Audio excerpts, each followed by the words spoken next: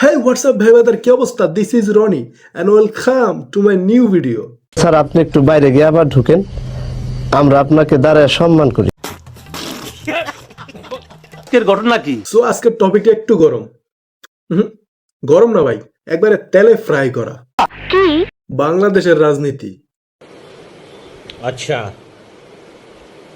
ठीक है। সো কথা কম কাজ বেশি হব, ছাত্র থেকে গুরু, জাত বাঙালির ধৈর্য কম। চলো ভিডিও করি শুরু।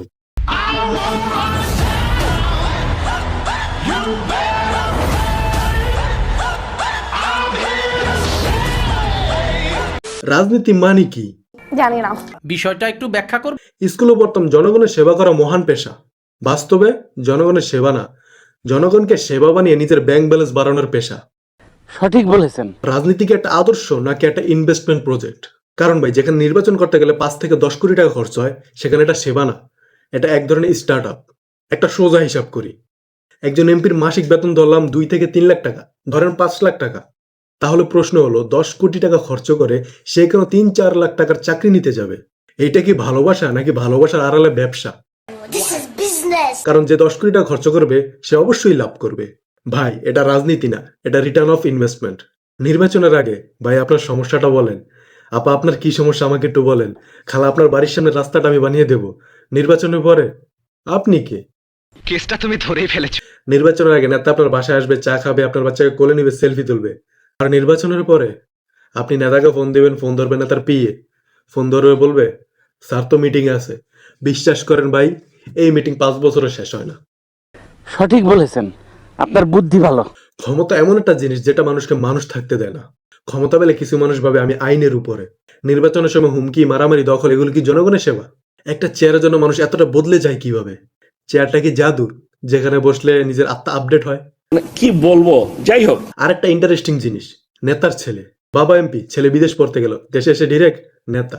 এটা কি জব ইন্টারভিউ ছিল নাকি পারিবারিক উত্তরাধিকার? রাজনীতি কি রাজতন্ত্র নাকি? জানি না। আর একটা গরিব ঘরের ছেলে 10 বছর পোস্টার লাগায়, মার খায়, মিছিল করে, কেস খায়, শেষে কি পায়? একটা সেলফি আর ভালো ছেলে টাইটেল। বিশ্বাস করেন ভাই, ওই ছেলেটা কখনো উপরে উঠতে পারে না, ওকে সবসময় কারো পিছনেই ঘুরতে হয়।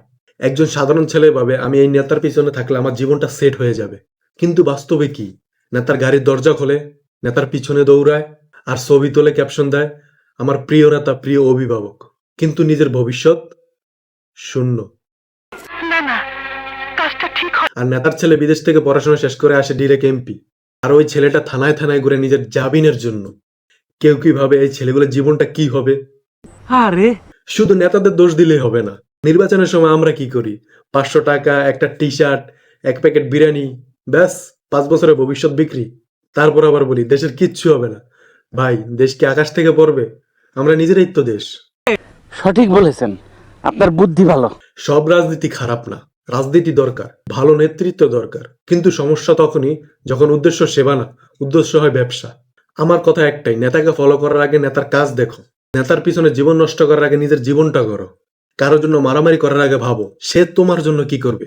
রাজনীতি করো কিন্তু অন্ধ হয়ে না।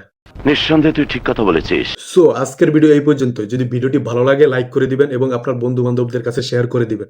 আর অবশ্যই কমেন্টে বলে যাবেন রাজনীতি কি জনগণের সেবা নাকি সবই ইনভেস্টমেন্ট। সো আজকের ভিডিও এই পর্যন্ত। সবাই ভালো থাকবেন, সুস্থ থাকবেন। খোদা হাফেজ।